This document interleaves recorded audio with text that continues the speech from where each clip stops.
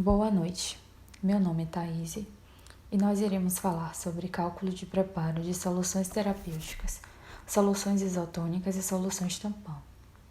A equipe é composta por Thaís Assis, Milena França, Isaac Ribeiro e Ana Carolina Rios.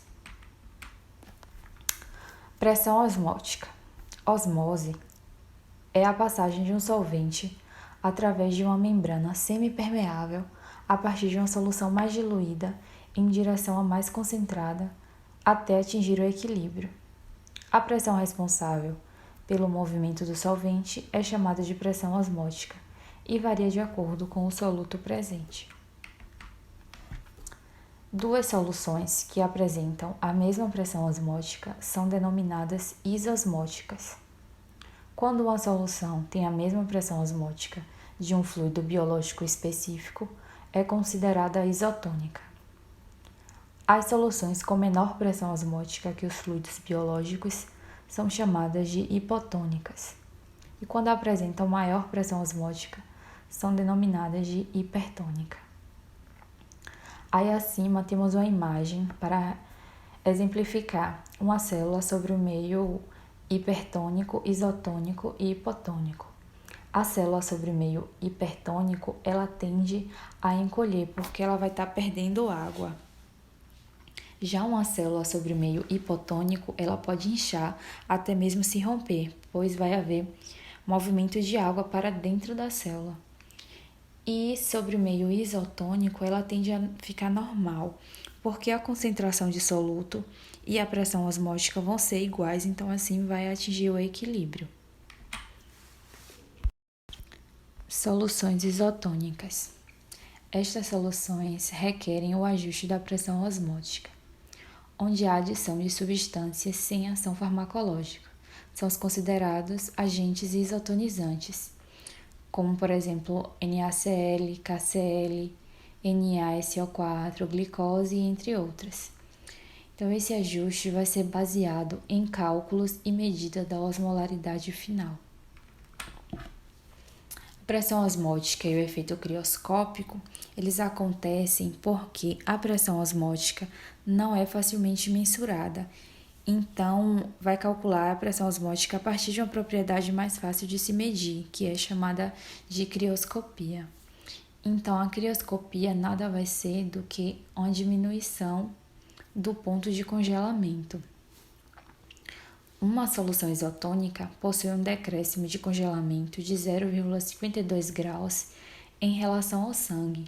Então, para obter uma solução isotônica, deve ajustar este ponto de congelamento da solução da droga para esse valor, que nesse caso aí vão se adicionando os íons de NaCl e glicose até que a temperatura de congelamento da substância seja 0,52 graus, que a pressão osmótica vai estar em condições fisiológicas. Cálculos de soluções isotônicas.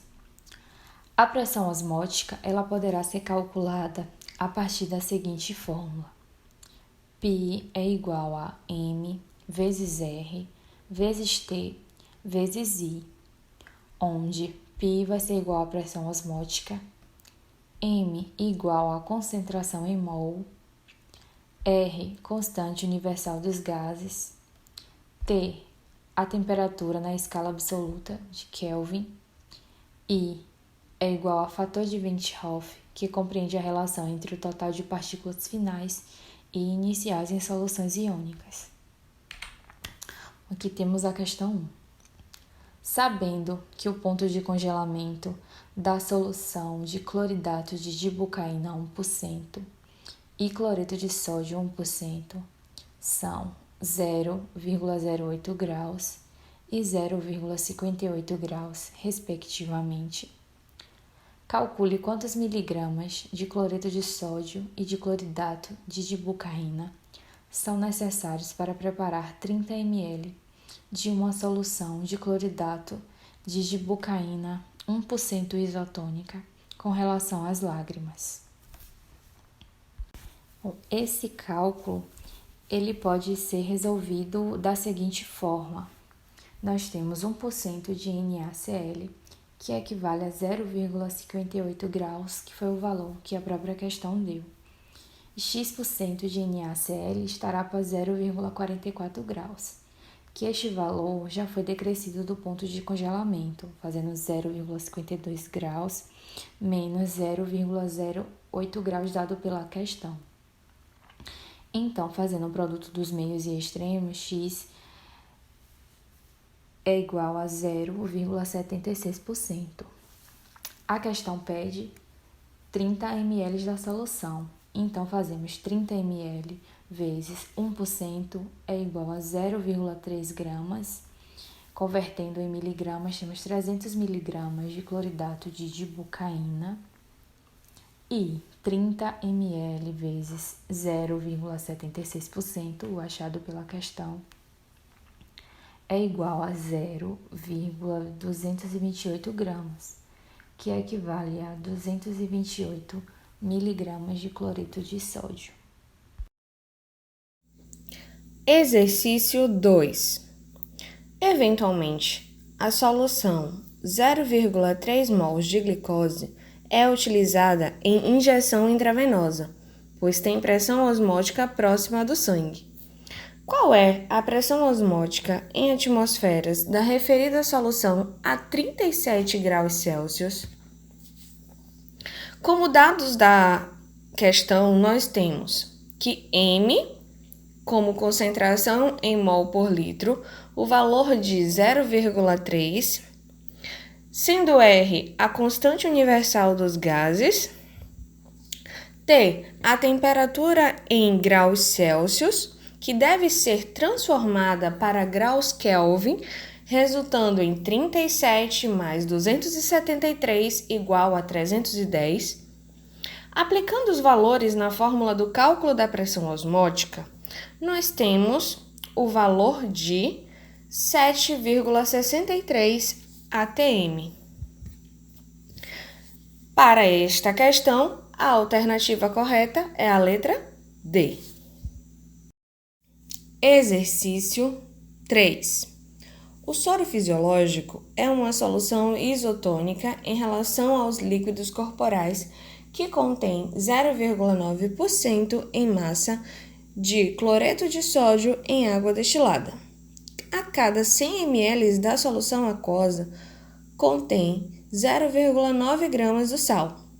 Um aumento na concentração de sal no soro fisiológico consumido por um paciente, alternativa A, levaria o indivíduo à morte, pois o aumento na concentração de sais elevaria o ponto de ebulição da solução para um valor acima de 100 graus.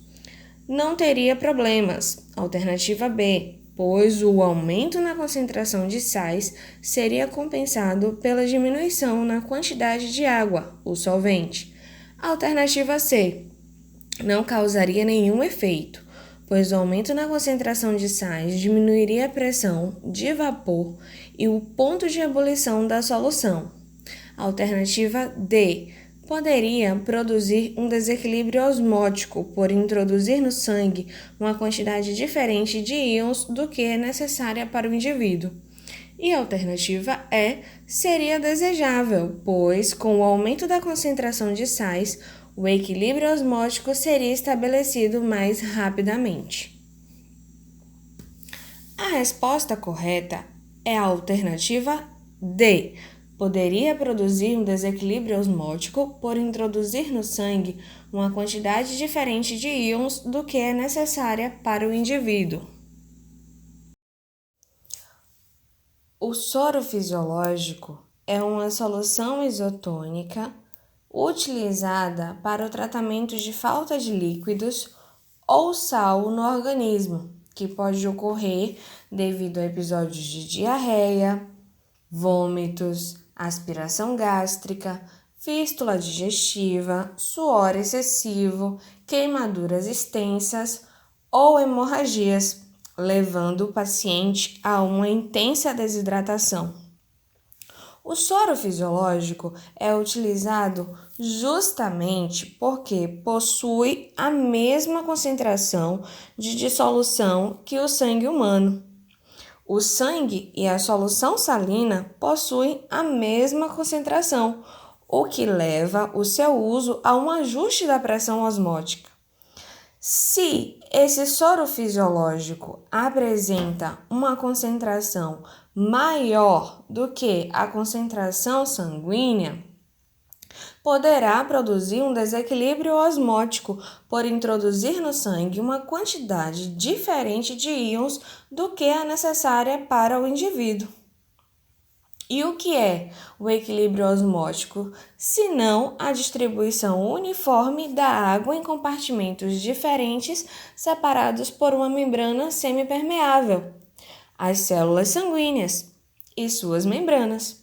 E a osmose é justamente a passagem da água por uma membrana semipermeável a favor de um gradiente de concentração. Portanto, o mais ideal é utilizar um soro fisiológico que apresenta a mesma concentração que o sangue humano para restabelecer o ajuste dessa pressão osmótica e o equilíbrio osmótico. A presença de certas substâncias ou combinações de substâncias em soluções aquosas confere ao sistema a habilidade para manter o pH desejado a um nível relativamente constante, até mesmo com a adição de materiais que podem alterar a concentração de íons de hidrogênio. Essas substâncias ou combinações de substâncias são chamadas de tampões. A sua capacidade de resistir a alterações de pH é chamada de ação tamponante. A sua eficiência é mensurada pela função conhecida como a capacidade de tamponamento, e suas soluções são chamadas de soluções tampão. Então, uma solução tampão é um sistema que apresenta a propriedade de resistir a mudanças no pH com a adição de pequenas quantidades de um ácido forte ou uma base. São utilizados para manter a atividade iônica dentro de limites estreitos. E trata-se de uma mistura formada por um ácido fraco e um sal ou por um sal e uma base fraca. Essas misturas não apresentam variação de pH quando recebem pequenas quantidades de ácidos ou bases fortes. Os sistemas de tampão mais utilizados na prática farmacêutica são na preparação de formas de dosagens, por exemplo, injeções e soluções oftálmicas, que são administradas diretamente em fluidos corporais sensíveis ao pH. Também na produção de formulações cujo pH deve ser mantido a um nível relativamente constante para assegurar a maior estabilidade possível de um produto e em testes farmacêuticos e em ensaios que necessitam de ajustes ou manutenção de um pH específico para propósitos analíticos. Uma solução tampão é normalmente composta por um ácido fraco e de um sal do ácido, tal como ácido acético e acetato de sódio, ou de uma base fraca e de um sal da base, tal como hidróxido de amônia e cloreto de amônia. Os seguintes pares podem ser utilizados em formulações farmacêuticas como sistema tampão. Podemos exemplificar com ácido acético mais acetato de sódio, ácido bórico mais borato de sódio, ácido cítrico mais citrato de sódio, ácido fosfórico mais fosfato de sódio e a amônia mais cloreto de amônio. Bom, cálculo de solução tampão. Na seleção de um sistema tampão, deve-se considerar cuidadosamente a constante de dissociação dos ácidos ou bases fracos para assegurar a maior capacidade de tamponamento possível. Essa constante de dissociação, no caso de um ácido, é a medida de concentração do ácido. Quanto mais rápido ele se dissocia, maior é a sua constante de dissociação e mais forte será o ácido. A constante de dissociação, ou valor Ka, de um ácido fraco é dada pela equação Ka é igual a H mais H- sobre HA, onde A- é o sal e HA o ácido. Como os valores numéricos da maioria das constantes de dissociação são números pequenos que podem variar em diversas potências de 10, é mais conveniente expressá-los como logaritmos negativos, como está representado na equação pKa igual a menos log Ka. Nos cálculos de solução tampão, utilizam-se fórmulas para determinar seu valor de pH. Existem 3 fórmulas usadas para o cálculo do pH de soluções tampão. São elas: a fórmula de pH de solução tampão ácida, representada por pH igual a pKa mais log sal sobre ácido. Pa igual a menos log, que é a constante de ionização do ácido. O sal, representado pela concentração em mol do sal na solução, e ácido, concentração em mol do ácido na solução. A fórmula do pH de solução tampão básica, que é pH igual a pKb mais log, sal sobre base, pKb, que vai ser igual a menos log, constante de ionização de base, e a base, que é a concentração em mol da base na solução. E uma fórmula geral, que é pH igual a pKw menos pKb mais log sal sobre base. pKw vai ser igual a menos log, que é a constante de ionização da água, ou 10 a menos 14 a 25 graus Celsius. Aqui no exercício 4, a gente tem um bom exemplo do que nós estávamos falando até agora sobre solução tampão. E a pergunta é: qual é o pH de uma solução tampão preparada com 0,05 de borato de sódio e 0,005 mol de ácido bórico, considerando o valor pKa do ácido bórico 9,24 a 25 graus Celsius? Bom, nessa questão a gente vai aplicar a fórmula do pH de solução tampão ácida e vai ficar que vai ser igual a 9,4 mais log 0,05 sobre 0,005, fazendo a conta, a gente acha 9,24 mais log de 10, e a resposta final será 10,24. Então, foi dada uma proposição, tá? Para a gente achar o pH dessa mistura aí envolvendo esses elementos que foram citados na questão. Então, a primeira coisa que a gente tem que buscar entender são alguns conceitos e alguns termos envolvendo esses elementos do cálculo, tá? Mais propriamente, inclusive, do que até o cálculo. Então, a primeira coisa que a gente tem que entender é de onde vem essa equação tampão para as bases fracas. Após se perceber, né, e se estudar, verificou-se essa equação, onde a gente tem, de um lado, constantes e fatores, e do outro lado também elementos que vão ajudar nesse equilíbrio. A segunda coisa que a gente tem que entender, gente, é o que é um kW, tá? Na verdade, o que é esse K? Todo K, ele é uma constante de ionização. E nesse caso da questão, a gente vai trabalhar com a constante de ionização da água, tá bom? A temperatura e pressões normais. Por quê? Porque a água, por si só, ela se auto-ioniza, tá?